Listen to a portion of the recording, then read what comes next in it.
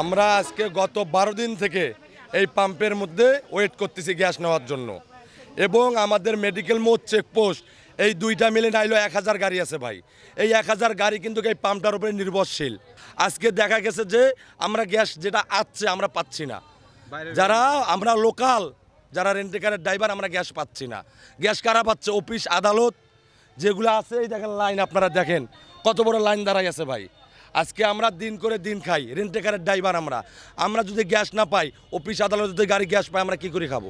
আমরা গ্যাস নেওয়ার জন্য আসছি। আমি কালকে সকালবেলা আসছি, আমার আরেক ভাই আছে 3 দিন থেকে গাড়ি এখানে রাখছে। এই জন্য আমরা গ্যাসের খুব সংকট, আমাদের সংসার চলা খুবই কষ্ট হয়ে গেছে।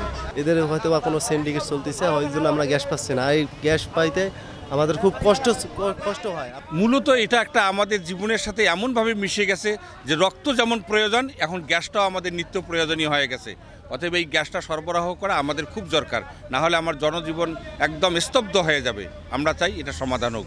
দীর্ঘ বলা চলে প্রায় 1 মাসের মতোই এলপিজির গ্যাস সংকট, কিন্তু এই সংকটটা কেন সরকারের পক্ষ থেকে এখন পর্যন্ত কোনো স্টেটমেন্ট আমরা পাই নাই। বেশ কয়েকদিন থেকে, অর্থাৎ প্রায় 2 থেকে 3 সপ্তাহ ধরে টেক্সটাইল মোড় এলপিজি পাম্প যেটা আছে, এটাতে 2 দিন 3 দিন পরপর 1 দিন বা 2 দিন করে এলপিজি পাওয়া যাচ্ছে। কিন্তু রংপুরের আরও অন্যান্য যে এলপিজি পাম্পগুলো আছে, এই পাম্পগুলোতে একেবারে গ্যাস শূন্য। তো এই সংকটটা কেন? শুধু এলপিজি, আমাদের গাড়ির যে এলপিজিটা এটাতে সংকট তাই না, রান্নার যে এলপিজি সিলিন্ডারটা, এই সিলিন্ডারও গভীর সংকট।